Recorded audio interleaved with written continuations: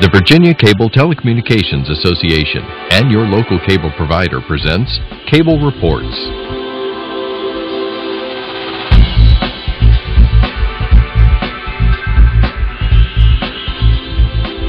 Join us now as Cable Reports brings you up to date on current issues facing the Commonwealth through discussions with your local legislators and other policymakers from across Virginia.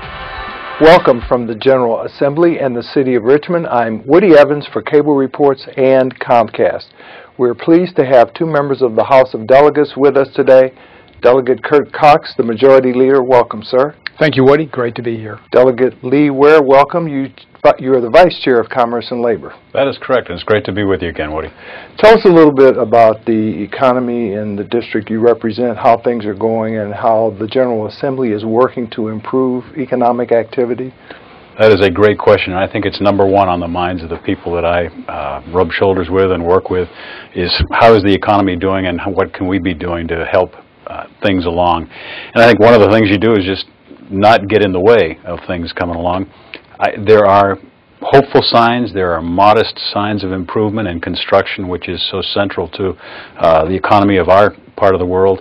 I think there's tremendous initiatives that have been taken forward on transportation. There are some specifically targeted tax credit bills that have come through last year under the leadership of Governor McDonnell and, of course, people like Kurt Cox to work toward, to push toward specifically enhancing the economy and producing new jobs in the Commonwealth. Great. Delegate Cox, congratulations. I understand you recently retired from your teaching duties of 30 years, so now you can devote more than ample time here. You've got about 31 days left in this very short session. Give us the lay of the land. The session looks like two or three issues will dominate. K-12 education will be a very big issue. The governor's emphasizing that. Transportation. And Lee alluded to this, and that's the budget, because the budget sort of is the blueprint, but not only that, is sort of the philosophical underpinning of where you want to go. And he said it so well. I mean, if you look at our budget, we have tried the last 2 or 3 years to have any new spending item is a one-time spending item, doesn't build your base. We really recognize that do no harm is a very good principle when business and folks are looking at us. Our rainy day fund will now be back up to about $700 million. The governor did some small things that are really important. Whenever you're running a surplus, the way our rainy day fund goes, you have to pay in. So we know we're going to have to pay in even in the next biennium. So he put a $50 million prepayment towards the next biennium. You go, why do that? Because we'll owe about $350 million more to the rainy day fund, and trying to come up with that kind of money is very difficult. So that's something we always try to keep in mind. Well, in addition to that, the governor has a federal contingency fund, and of course, as we all know, this issue of sequestration still looms over the nation, and Virginia would be significantly affected if there are significant cuts in federal employees, for example, and more importantly, our military installations.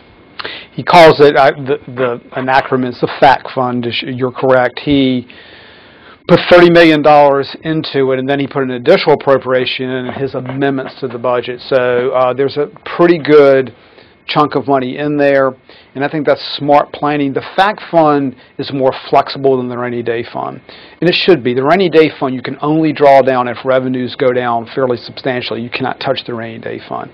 The FAC Fund is meant for trying to help out with some of the issues as you've addressed on sequestration, etc. So, for example, you might have someone who is done military contracting but is more interested because of maybe losing those jobs, going into cybersecurity from the private side. The FAC Fund could affect that. Oceana, we certainly want to hold on to that. There's an encroachment issue that came up the last time we had a base closure round. And basically, it's just, and it's a tough issue, but we're trying to buy up some of the homes that are in that encroachment area. Part of the FAC Fund can be used for that. So the theory is, can you do things that will help mitigate that? But let's be candid. If sequestration comes down, it's good pre-planning, but the hit on the budget will be more in the $200 million, $300 million, and so that's not going to that's not going to make up for it. So that's why it's so important for us to have a rainy day fund, for us to have a structurally balanced budget, because we have to be prepared for that. It's interesting. I think the effect will be much more in Northern Virginia than it will on Hampton Roads. A lot of Hampton Roads, their contracts are long-term, whether it be their submarines or their aircraft carriers. If you look at sequestration, it doesn't really affect as much the force levels, but it will affect a lot more some of that independent contracting that goes on in Northern Virginia. So that, I think, will be more devastating. And Delegate Ware, part of our economic base relates to the Menhaden fisheries.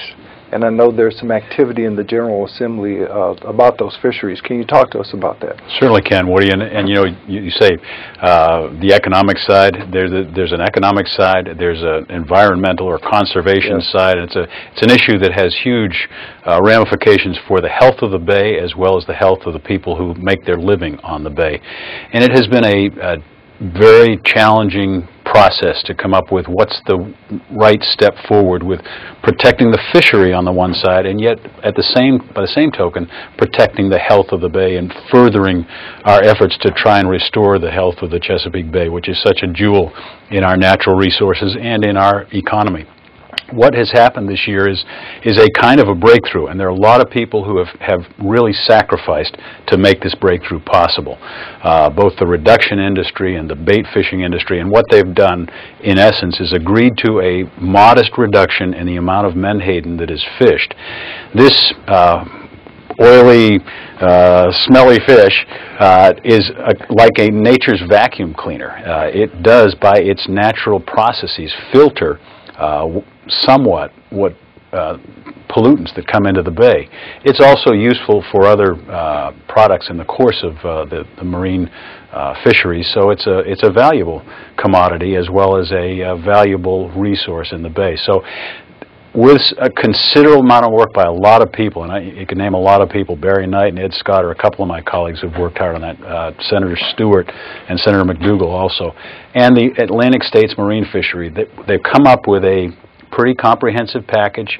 People have had to give and take and had to give in order to make this happen. And I'd be wrong not to mention Delegate Ranson also, who represents that area. She has done a lot of work on this.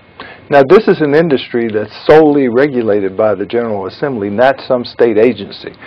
Again, you show your understanding of things. It's the only fishery that we regulate legislatively, as opposing to letting the scientists do it. And part of it is because it has been such a sensitive issue, such a difficult issue to come to consensus on. And I think there's been a preference, at least by some of the stakeholders, to have that decision made here in Richmond. Great. Not as tasty as shad at the shad planking every year, I take it. I'm one of the few people, I think, that really likes the shad. So, transportation, one of the signature initiatives of the governor, has a lot of moving parts, not the least of which would make the Commonwealth the first state to do away with the gas tax. I imagine that we're going to get an amalgam of things that come out of that initiative. How do you see the landscape going right now? There are probably 10 to 12 major bills at this point, Woody. The agreement is we have a problem. I mean, certainly if you look at the current gas tax, you have three problems with it. Number one is your CAFE standards, your miles per gallon, have gone up dramatically. That's average fuel economy. Exactly right. They'll be about 54 miles per gallon, I think, is projected in about 5 years. Inflation is eaten into the gas tax, obviously, and alternative vehicles, you know, whether they be, for example, our state fleet is going to natural gas. And so that is a declining source of revenue. You cannot really argue that point. The other consensus, I think, would be that we've got to do something. We have been generally ranked in the top 1 or 2 states for doing business. We're starting to get dropped to 3 or 4 in some polls because of infrastructure problems. What do you do is the problem. I think it has to be a compromise. It has to be a mix. I do think general fund has to be in play, and that's controversial. The governor has about $48 million of general fund built into the budget. And I do think that's appropriate. I do think it's a core function of government. And so that's got to be part of the mix. I like the gas tax swap out for the sales tax. And what he's basically done is you have a 17.5 cent gas tax. He would raise the sales tax to 5.8% from 5. And it has 2 or 3 things, I think, that work well. The sales tax is a much more dynamic source of revenue, so I do think you'll see that go up. The big argument is you're losing the user fee aspect, and you will not get as much out-of-state money. What is interesting is that a recent study has shown you're taking about the same out-of-state money from the sales tax as you do from the gas tax. If you think that through, what happens a lot is when people come, obviously, to a gas station, a lot of resort folks will stay in Virginia Beach, they will stay in other areas, and obviously they spend sales tax money. You talk to a lot of your convenience stores, and they'll tell you they really make their margins when you come into the store and buy their products. They don't make their margins as far as gas goes. Some people are worried that you won't see the reflection in the cut in the gas tax at the pump, but I do think you will, because if you are, a lot of cases, a convenience store, that's going to give you a competitive advantage, especially over Maryland. I hear there's a series of articles in Maryland right now. I'm not real happy with this proposal. So it's got a long ways to go. I mean, I think you're going to see a lot of different issues come up. One issue that has not been discussed yet that I think will be in the mix is tolling 95, for example, interstate tolling. I think that will get in the mix. So we've got a long ways to go, but there is consensus. We need to try to do something, so hopefully we can get the job done. Now, there hasn't been new construction for some years, except through public-private partnerships, because the law requires maintenance to be taken care of first. Right. These public-private partnerships have been successful. Talk to us a little bit more about whether they will also be part of this mix. You know, the governor has really made that a part of his initiatives, and one thing that you have to give Governor McDonald tremendous credit on is the variety of ways that he has tried to address a complex issue. You get a sense of the complexity when you have Delegate Cox describe the many moving parts that there are. But Governor McDonald, for example, has done an audit of VDOT in recent years. He has found bonding funds to do it, and the PPTAs are another method that he has used, and I think it's a part of that tremendous dynamism that we've known with Bob McDonald, both as colleagues in the House and since he's been AG and governor. So that's certainly going to have to be part of the mix. Now, one of the criticisms relates to the fact that part of his plan is contingent upon the passage of legislation in Washington, D.C., having to do with Internet sales. I know we don't have any control over that. The governor certainly hopes that that comes to pass, but that bill has been pending for some time, as I understand it. It has. I know he's been in contact with Congressman Goodlatte, whose committee will be the first to see that in the House, and there are positive signs that he reports on that. As recently I spoke to him yesterday, and he said that. And I think there's some hope in the Senate as well. And you're right. We can't predict what will happen in Washington. There's days I sure wish we could, but there's some uncertainty with that. That's a part of it. But the biggest part, as Kirk said, is the sales tax, the changeover to the sales tax. Now that's a big switch. It's a sea change in funding, and I think it's going to be an interesting thing to watch develop. Now, another hotly contested issue, beginning last year actually, deals with the potential to lift the moratorium on uranium mining. Yes. What kind of response have you seen to that proposal with your constituents and your colleagues? Woody, I have had I was going to say good fortune. I've had the unique experience of chairing the subcommittee of the Coal and Energy Commission, a permanent study commission of the legislature that has looked at uranium mining. We've been at it for 3.5 years.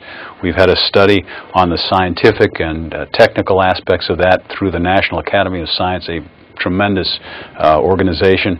We've had an economic study done of how it would affect the area directly, pro and con, on the socioeconomic side, and now we have the further work that the governors and his administration have done on what would regulatory framework look like if we were to choose to lift the ban, at least in important particulars. It's been the thing that I'm appreciative of is it's been a very comprehensive study. There's been tremendous public input along the way, both here in Richmond, but also a number of times. We've had several public hearings in Chatham, the area that would be most directly affected, and robust public input on it. I've come to the conclusion that we can move forward with the lifting of the ban, and I think there's considerable debate on that question, and we'll see that debate go forward here. I think, on balance, it will be a plus for that region, and that it would be, we can do it prudently. We've got to do the kind of regulations that would protect the folks who live in the area and those downstream from it as well.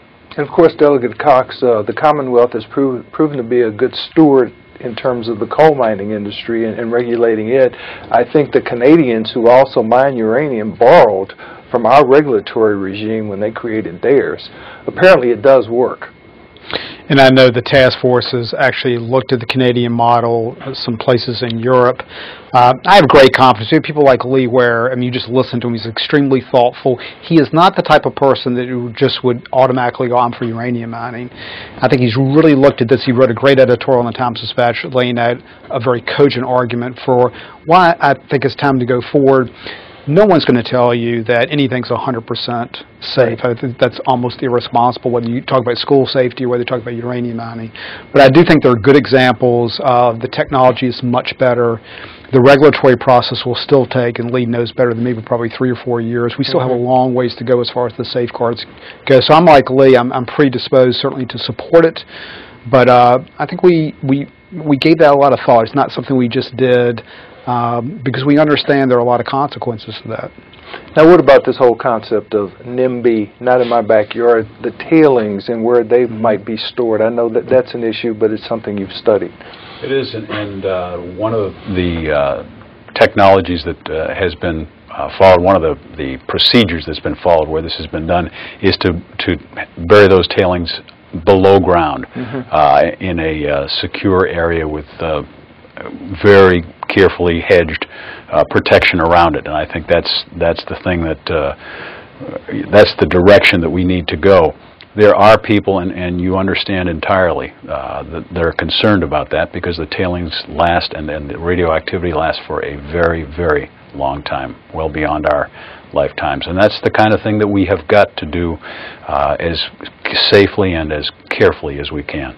Now, we've talked about the risk. What about the flip side, the economic benefits? That's exactly right. There's the balance that there is. Direct jobs, 300 to 325 jobs are expected to be mine jobs. Around that, the expectation is to be somewhere over 1,000 jobs that would be provided in an area that has really taken the hit economically in the Commonwealth. There's probably few areas in the Commonwealth of Virginia that have suffered as has that region. So this would be a tremendous plus, which is why you have, along with some folks in opposition and in the business and other communities, but you have also a tremendous amount of support, people that we've heard from privately, but also some who've come out publicly and move that way because they see the opportunity for their region. As an educator of many years, now retired, K through 12 is certainly an important element in this year's legislative session. It's a core function of government education. The governor also has some proposals in terms of K through 12. Talk to us about what those proposals are. It's a very comprehensive package. It starts off with a 2% across-the-board pay raise for teachers, which I'm very supportive of. And when was the last time they had? 2007. Okay. And one of the very important things about that is you do have to lift the teaching profession, and and pay is important. I mean, it's a fundamental element. He also has $15 million in for what I think is a very interesting program called strategic compensation, a very long-sounding name. And a lot of people say merit pay, but it's not really merit pay. Merit pay generally is I might have students to perform well on SOL tests one point in time. That's standards of learning. Standards of learning, thank you. We have to be careful with the acronyms. But strategic compensation was actually a plan developed by Salem Public Schools by teachers. And it's a much more of a model on student growth. So quick example. Susie comes in and in a pretest or a MAP assessment, she might be at the 20 percentile, let's say, in that subject area. And let's say I can move her to the 45 percentile. she still won't pass the SOL test. You have Johnny, he's at the 90. He actually declines the 80, very smart kid, is goofing off a little bit in your class. He'll pass the SOL test. And so you get credit for him passing. I get no credit for Susie's performance. This new student growth model would basically say we're going to reward teachers for student growth. And they're much more likely to say yes to that because depending on the cohort of kids they get, if you can move them forward, they're ready for that challenge. What they're not ready for is if I have a classroom of high achieving and you do not, then I automatically get credit for that. And strategic compensation also rewards you for being a mentor. It rewards you for just things we know that good teachers do. And so I'm really intrigued by that concept going forward. It also has a piece that deals with continuing contract. Teachers get a continuing contract. Some people call it tenure. Last year, the governor had a bill that was a little tougher that would do away with tenure. This year, he reforms continuing contract. The big reform is that currently, and I don't want to exaggerate the point, but currently if you're a teacher, it's pretty hard to get fired, to be honest with you. I mean, you really have to be incompetent. And I don't think it should be easy, but it should not be where you have to have a series of years that you're incompetent. This would change that rather amorphous incompetence to unsatisfactory evaluations will be part of the continuing contract evaluation. And if you perform unsatisfactorily on those evaluations, you could actually be dismissed. And I think it's fair. It's got some due process provisions still built in.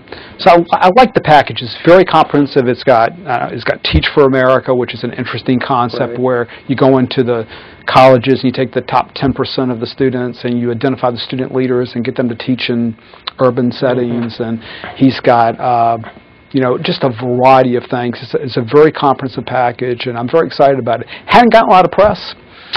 It's funny down here, if it's not real controversial, it doesn't get a lot of press. So it's really become less controversial, which is a good thing, and that's why you'll see it on like B10 of the paper. Well, let's give it some more conversation here. As an educator, I assume those proposals are things that you think are very positive. I really do, and again, Kirk's the range of things that Kirk has just described and that the governor has put forward along with other people is a tremendous thing to see, because I think it's no one size fits all. That's why with the compensation for teachers, you see that tailoring of it, and I think that's important. I rarely quote Chairman Mao on things, but I do quote him on education. Let 1,000 flowers bloom, and it's so true. There are different places, there are different ways that we reach young people and give them the excitement, charge their own batteries, give them the chance to see what they can do. And some of the more parochial concerns that continue to crop up are back before us as well. For example, the ability of a school district to begin the school year before September 1st. Now, there are a lot of waivers for that are granted, but that's still in the mix. And the other bill that gained some traction last year, and I assume will do the same this year, is the bill named after Tim Tebow, allowing those who are homeschooled to participate in athletics. Are you hearing much about that? Yeah, I am. I will mention about the school calendar. The second bill that I carried when I came down here was to restore to localities the control of their own calendar. Yes. I just don't think that the arguments hold water on the other side. I just don't find that, and that's why you found that nearly half, and maybe more than half by now, of our school divisions have gotten a waiver on the calendar. That's a tacit recognition of what we all know, that local decision makers make the decisions that make the most sense where they are, and I don't buy the countervailing arguments about from the economic side. Although if Hanover and Virginia Beach and other places who have unique circumstances think that's the way to go for them, they ought to be free to go that way. But if other places, given their weather, given their unique student makeup, want to start earlier to get prepared for a standardized test or for whatever reason, they ought to have the option to do that going forward. Homeschooling and athletic participation. I supported the Tebow bill. It does have arguments on both sides. I mean, obviously, the people that oppose the Tebow bill, and a lot of your athletic directors do, you always hear a lot about that when you go back to your home school, would basically say it's an unfair playing field, that you have certain requirements if you're in a public school as far as passing 5 subjects, attendance requirements, etc. But first of all, I think the group of students you're talking about is pretty small, number one. Yes. It's still a competitive situation where you have to go out for the team. And I do think that, I can tell you I was a high school coach. I coached both basketball and baseball, and that's a pretty important thing. I have 4 boys, and that's very important to them. And it's hard if you're a homeschool student. I mean, they have consortiums where they have their own leagues, but they're not the same competition. So I think done properly, it's a good idea.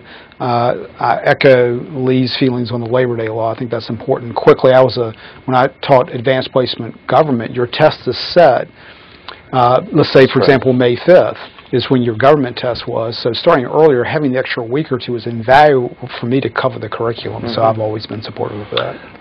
Serious budget items, especially the question on whether the Commonwealth will participate in Medicaid expansion as a result of the Supreme Court's decision on the Affordable Care Act. The states were given a lot more discretion in terms of that expansion effort. What do you think is going to happen? It's a tough question. It allows us to expand Medicaid up to about 138% of poverty level and include groups that aren't currently included.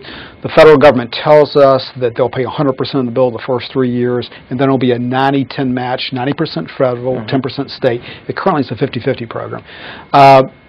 Our philosophy in the House is to go very slow. We're very skeptical if the federal government will have the money there to do a 90-10 match. They're in serious trouble, and that is very big money. Medicaid is a broken system. We would certainly like to see some reforms, some more state flexibility before we consider going into Medicaid expansion. So I would say for this year, we'll probably have some budget language that calls on the federal government to give us more flexibility, look at more reforms, look at some waivers, and then we'll relook at it. I think it's only responsible to relook at it as we go on. But our default is they've got to give us a lot of guarantees before we'll go into a program where we're sort of stuck. People say, well, you can withdraw. But the same people that say you can withdraw, I ask them when they're sitting on the couch, I go, so you're going to be down here advocating if they don't uphold their promises to withdraw, and they're silent. So they will not be. Good to be prudent on that issue, I take it as well. Absolutely. Absolutely. The governor gives a startling statistic when he talks about it. In the last generation, Medicaid has expanded 1,600%. 1,600%. 1,600%. And that's, these are people very needy. In many cases, we're doing things that really need to be done. But when you think about what has expanded under the current provisions in that league, there's really nothing else, and it's part of what's squeezed everything else in the budget. It's like the balloon that you keep blowing up the air, and so college funding, for example, for public higher education institutions is one of the places where there's been suffering as a result of that, and there are others we could point to. Not to say that we shouldn't be doing what we do in Medicaid, but we have to be, as Kirk has so eloquently said, very prudent how we go forward. Great. Well, thank you both for being here today, Majority Leader Kirk Cox and Delegate Lee Ware. Thank you for your public service. Hope to see you again soon. Thanks, Woody. Thanks, Woody. Thank you for watching Cable Reports, brought to you by the Virginia Cable Telecommunications Association and Comcast. Until next time, I'm Woody Evans.